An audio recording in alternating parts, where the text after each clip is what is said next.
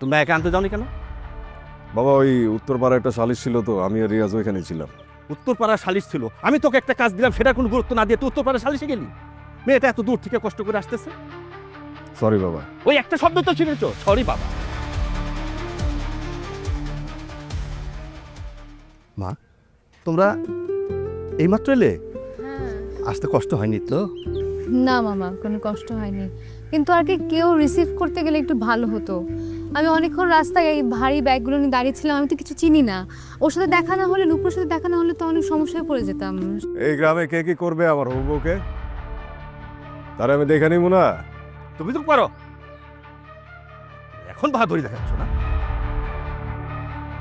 তুমি কিছু মনে করো না মা, আমার এই ছেলেটা নাকি আমি পারি না, কি নিয়ে যে এত ব্যস্ত থাকে সেটা ওই জানে। যাওয়ার সময় যেন আবার এরকম না হয়, বুঝেছো?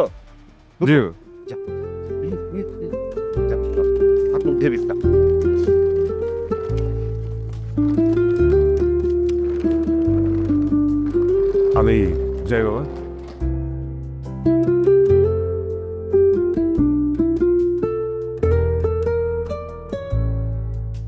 ওই জামগুই মাথার যে জমিটা আছে, যেটা আজকে কুবাইলাম, এটারে ভালো করে সাইজ করে সার সুর দিয়া কারে সারা আনতে গেছিলাম, আনছস?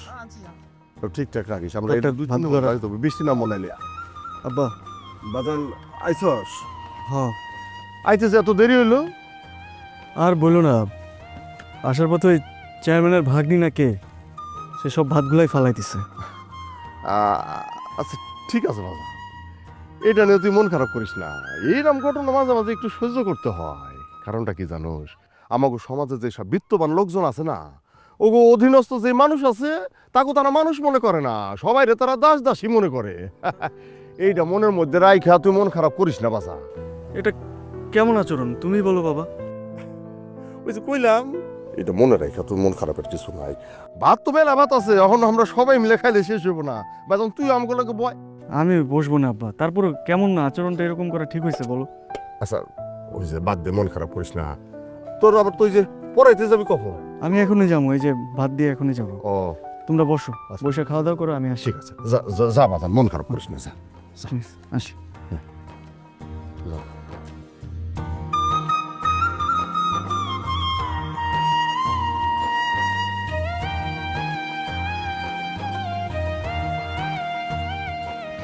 আচ্ছা শোনো, কি?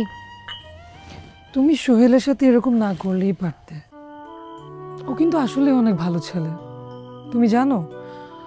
ও এত মেধাবী হওয়া সত্ত্বেও শুধুমাত্র গ্রামকে ভালোবাসে বলে বিকেলে এখানে বাচ্চাদের পড়াশোনা করায়, আবার নিজেদের চাষাবাদের জমি দেখাশোনা করে। আমার কিন্তু সোহেলকে ভালোই লাগে। আমি কি করব বল, তুই তো জানিসই আমাকে কেউ মুখের উপর না করলে আমার খুব গায়ে লাগে, খুব বিপদে লাগে। আর আমি তো বেশি কিছু চাইলাম না, তাই না? আমি জাস্ট ওকে বলছি আমার ব্যাগটা নিয়ে একটু আগায় দিতে। আমি একটা মেয়ে মানুষ, একটা নতুন জায়গায় আসছে, আমি অত বড় বড় ব্যাগ নিয়ে কিভাবে আসবো? তো আমি ওকে দেখছি, আমি ওকে জাস্ট বলছি তো আমাকে আগায় দিয়ে আসেন। আর উনি যেভাবে রিয়াক্ট করলো, if he was a gentleman, উনি আমাকে আগায় দিয়ে আসতো। উফ, সব মানুষ কি একরকমের হয়? আর তোমার এই ইগো সমস্যাটা একদম কবর দেওয়া উচিত। আর কার কার না জানি ক্ষতি হয়ে যায়। সরি, আমি জানি আসলে আমার এই ইগোটা খুবই বাজে। I am trying to control it, but হচ্ছে না। আমি আজকে কেন যেন একদম কন্ট্রোল হারিয়ে ফেললাম।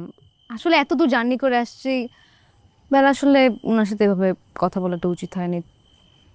সরি। আচ্ছা, আমার কি ওনাকে সরি বলা উচিত? যে না, তার আর দরকার হবে না।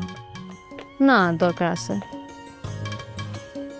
আমি ওনাকে যে একদিন সরি বলে আসবো। আচ্ছা, একটা জিনিস খেয়াল কর, আমি তো ভুলটা করছি, তাই না বল? মানে উনি যাই করুক না কেন, আমার তো আসলে জিনিসগুলো হয়ে ফেলে দেওয়াটা উচিত হয় নাই। I agree with that. কিন্তু সেটা তো আমার কিছুই বললো না। ওর তো আমাকে একটা অ্যাটলিস্ট কিছু বলা উচিত ছিল, রিয়্যাক্ট করা উচিত ছিল। ও আমাকে দোষারোপ করতে পারতো। ও জাস্ট কিচ্ছু বললো না। সেটাই তো দেখলাম। আচ্ছা বাদ দাও। আচ্ছা, আমি একদিন সময় করে সরি বলে দিয়ে আসবো না? ওকে, এবার চা খাই। ওকে, চিয়ার্স। চিয়ার্স। তারপর বল তোর এমনিতে সবকিছু কেমন চলতেছে?